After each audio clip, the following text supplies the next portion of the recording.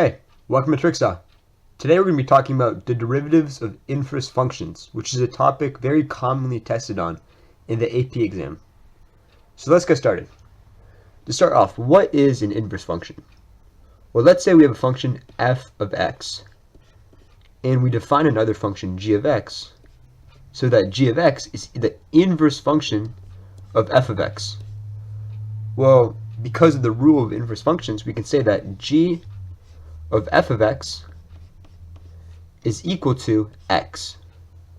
And now to find the rule for the derivatives of inverse functions, we can find the derivative of the left and the right side of the equation. Starting with the left side, we can use the chain rule, and we can get g prime of f of x times f prime of x is equal to 1, or f prime of x is equal to 1 over g prime of f of x. And this is the rule you're going to be seeing used a lot. So what does this mean? Well, let's say we have a pair of points. We have an x coordinate and we have a y coordinate. What this rule is basically stating is that the x coordinate evaluated at the function, at the derivative of the function, is equal to the reciprocal of the inverse derivative of the function evaluated at the y coordinate. Let's work through this practice problem. Let f of x be equal to x cubed plus x, and let g of x be the inverse of f of x. Find the derivative of g evaluated at 2. So the first thing we need to do is we need to find our pair of points. And we know because we're evaluating the inverse derivative at 2, that means our y value is 2. So all we need to do now is we need to find when does f of x equal to 2? For what value of x is our y value 2?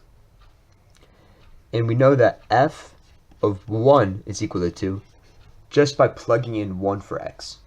So that means that our pair of points is 1, 2. So now let's copy down our formula that we learned.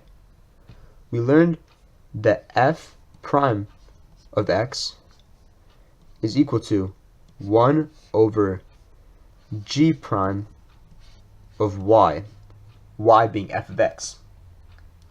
So now we know that f prime of 1 is equal to 1 over g prime of 2, which means that g prime of 2 is equal to 1 over the derivative of f of x evaluated at 1. So now let's find the derivative of f of x. So f prime of x is equal to 3x squared plus 1, which means that f prime of 1 is equal to 4. So this means that g prime of 2 is equal to 1 over 4. So our final answer is 1 over 4. Thank you for watching this video. I appreciate all the support, and I want to remind you guys that if you haven't already, please subscribe.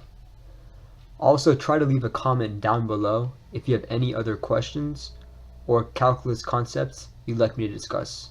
I always keep an eye out on my comments, so if you have a request, I'll make sure to make the video very shortly. Thank you for watching. I'll see you later.